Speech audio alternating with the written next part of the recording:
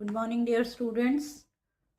Today we will learn about the modern concept of अपान वायु. अपान वायु के चैप्टर में मैंने आपको बताया था कि this can be correlated with the nerve stimulus to genitourinary system.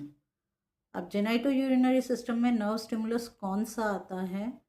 तो जेनाइटल्स में देखें तो पुडेंडल नर्व जो है दैट जो सेक्रल प्लेक्सस से निकलती है, pudendal nerve from sacral plexus innervates the genitals, तो उससे हम कोरिलेट कर सकते हैं. और साथ ही यूरिनरी ब्लैडर को सप्लाई करने वाली nerve of filling and nerve of emptying जो है वो भी अपान वायु से कोरिलेट किया जा सकता है. उसे नर्व ऑफ फिलिंग क्या है, यानी कि यूरिनरी ब्लैडर को फिल करने के लिए जो नर्व स्टिमुलस आता है.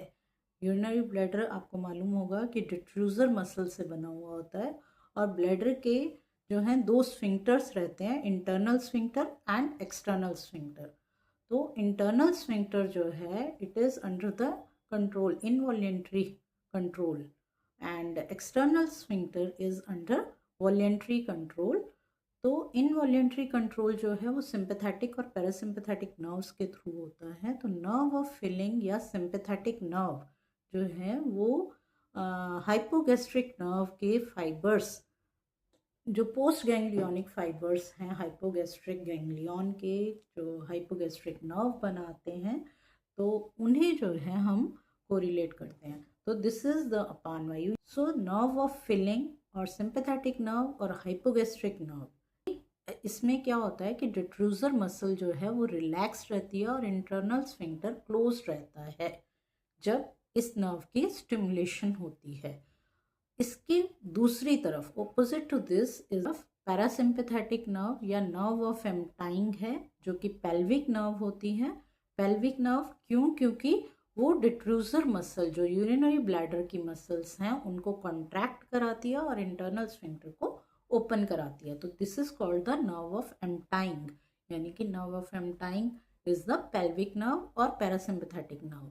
और जो एक्सटर्नल स्फिंक्टर्स होते हैं वो एक्सटर्नल स्फिंक्टर, चाहे वो एनल स्फिंक्टर हो या यूरिनरी ब्लैडर का एक्सटर्नल स्फिंक्टर हो, वो पुडेंडल नर्व के थ्रू ओपन होता है. This is under voluntary control. जब वेग की अवधारणा होती है तभी जो है मिक्चुरेशन होगी, तभी जो है आपको डेफिकेशन होगी.